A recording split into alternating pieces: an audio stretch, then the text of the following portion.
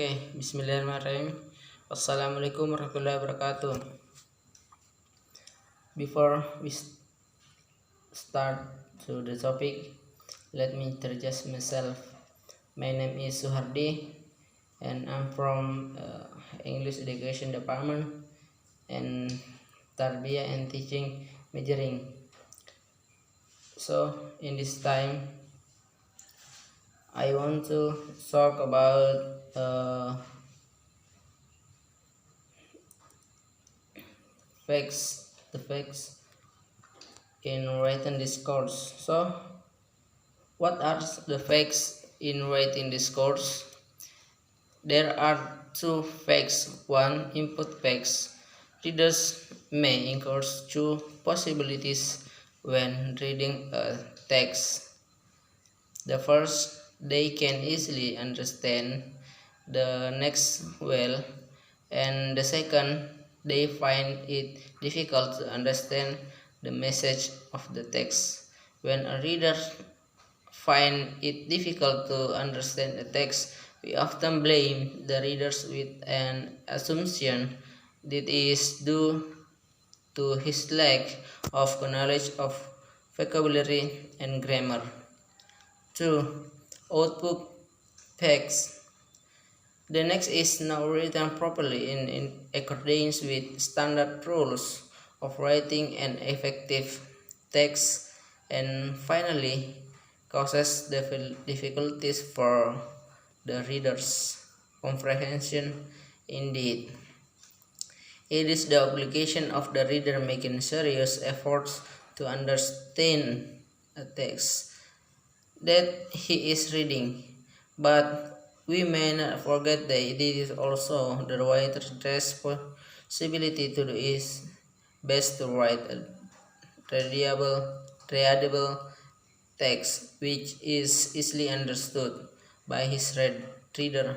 So the next question is, why could the output fact take place? The main reason is because many writers, especially non-native speakers of English, write their text by ignoring regularities in writing. Regularity refers to a customary act of writing text regularly done by native English speakers.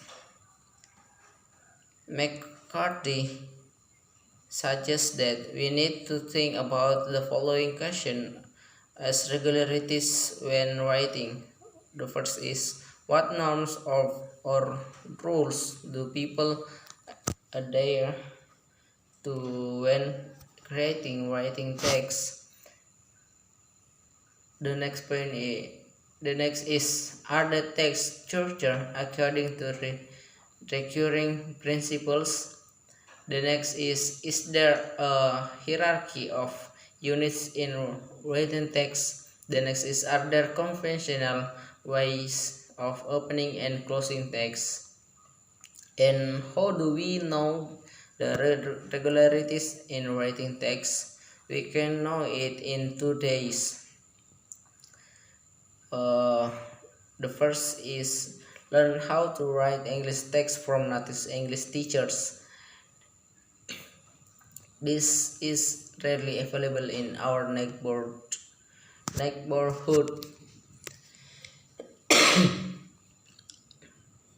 Number 2 is use written discourse analysis results to present the knowledge of regularities and apply the regularities to write coherence and readable text. It is possible option for our situation. In this regard, Halliday and Hassan state that a text, not just a string of sentences, can be either spoken or written and of any length. It is not simply a large grammatical unit, something of the same kind as a sentence, but a semantic unit whose texture is dictated by its interpretation within a particular context or environment. So the next is, what does the theory tell us?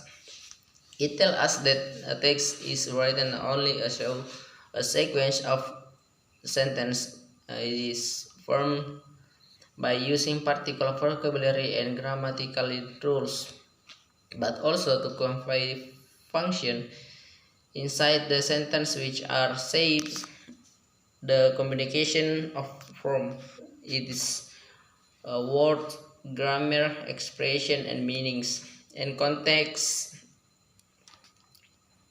In it is situation or environments which bring intention to convey the discourse. The next is how to carry out a writing discourse analysis. Keiko MH. The analysis of written discourse can be done in two ways. Number one is carrying out microanalysis. Microanalysis focuses on analyzing vocabulary and grammar, including cohesive relation and grammatical regularities in particular text. For instance, Halliday and Hassan develop lexical collocation at the textual level. Number two is carrying out microanalysis. Beside macroanalysis, investigate the organization of text such as pattern and types. For instance,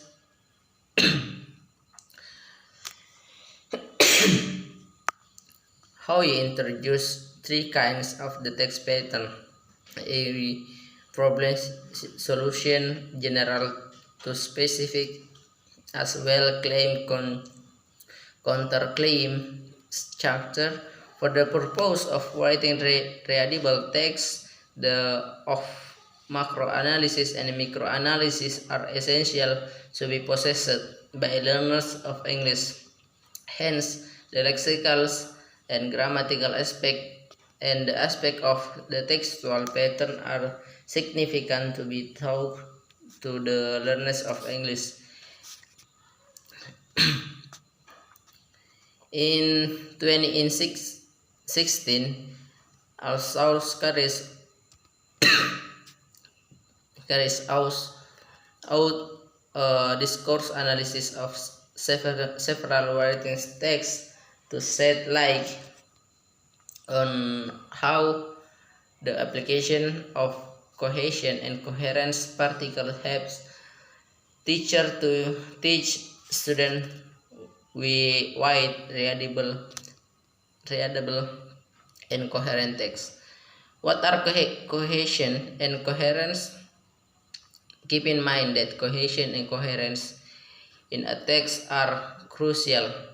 Cohesion refers to the way in which the text is tied together by linguistic devices such as grammar and vocabulary to set up well construct relation of meaning within text. Cohesion is the purpose a text is then said to have coherence if its constituent sentence constructed in ordinarily fashion so that the reader can make sense.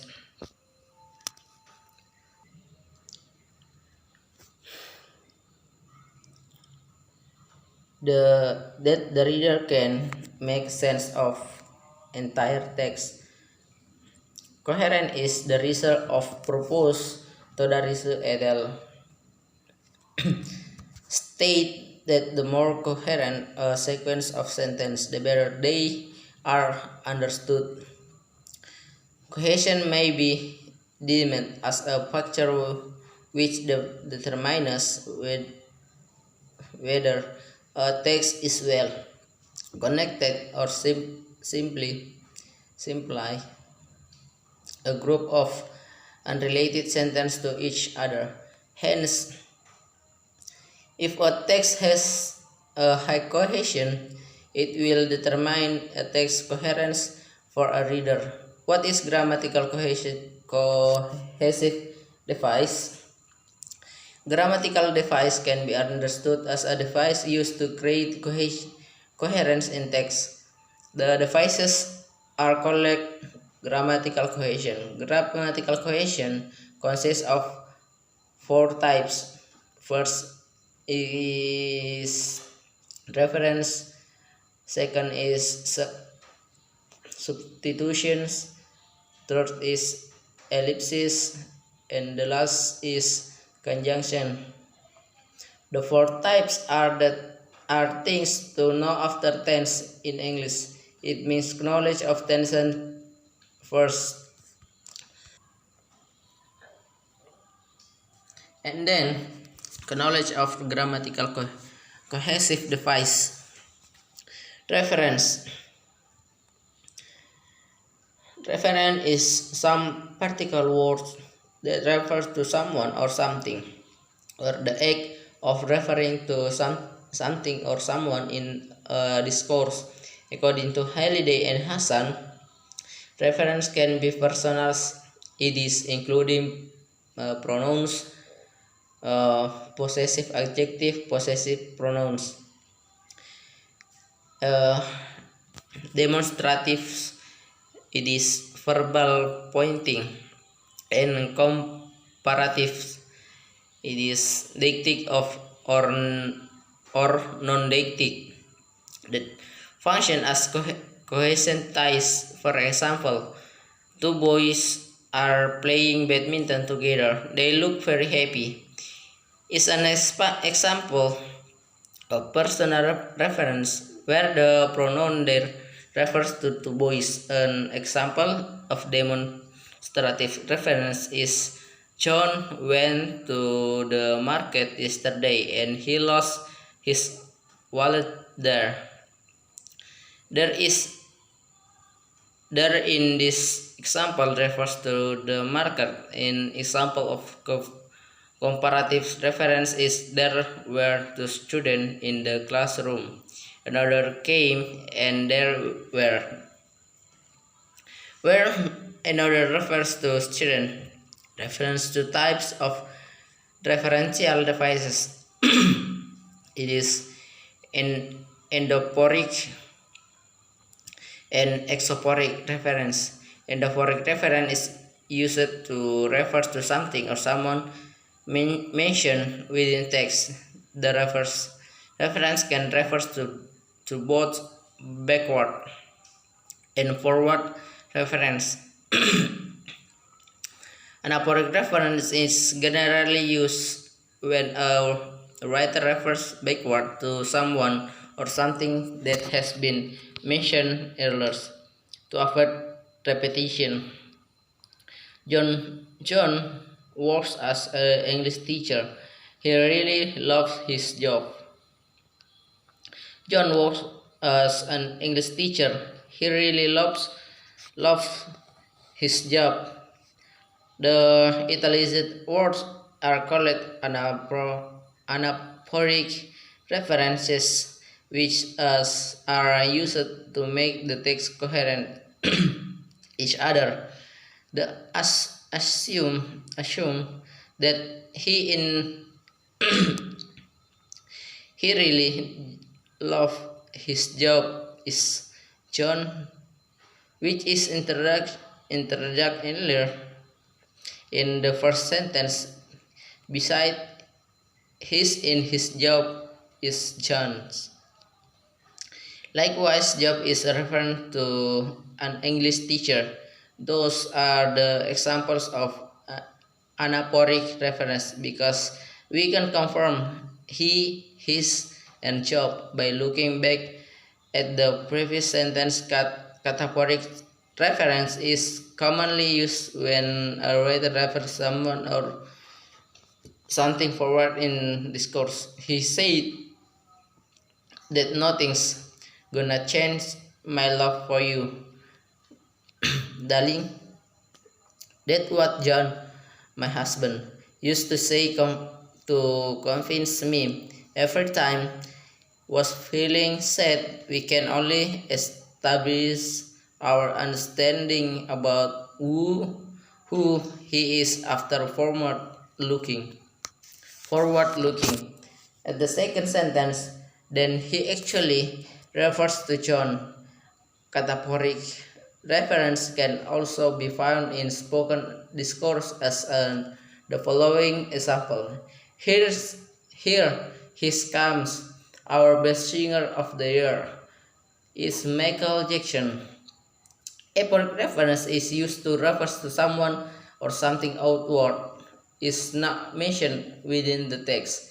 The prefix exo means outside, and the person of events referred to in the manner will never be mentioned by the writer in his text.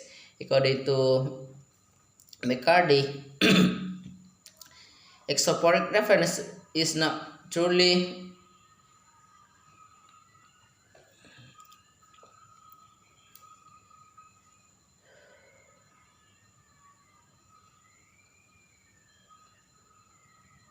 according to McCarthy, exophoric reference is not truly cohesive because it does not tie two elements together into text. However, it's equally important part of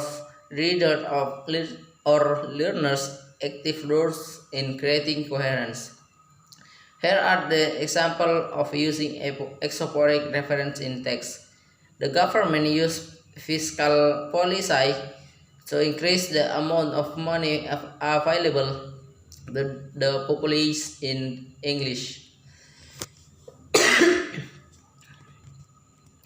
Determiners are generally used as exophoric reference as the example above. When reading the text, readers uh, do not need to ask which government, because when the text is written, the writer already assumes that the reader will know which one is usually our government or that of the country where we are in.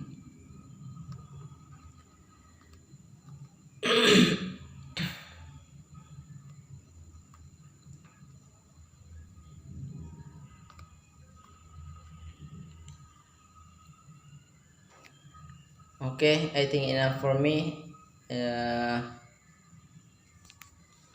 And thank you. Wassalamualaikum warahmatullahi wabarakatuh.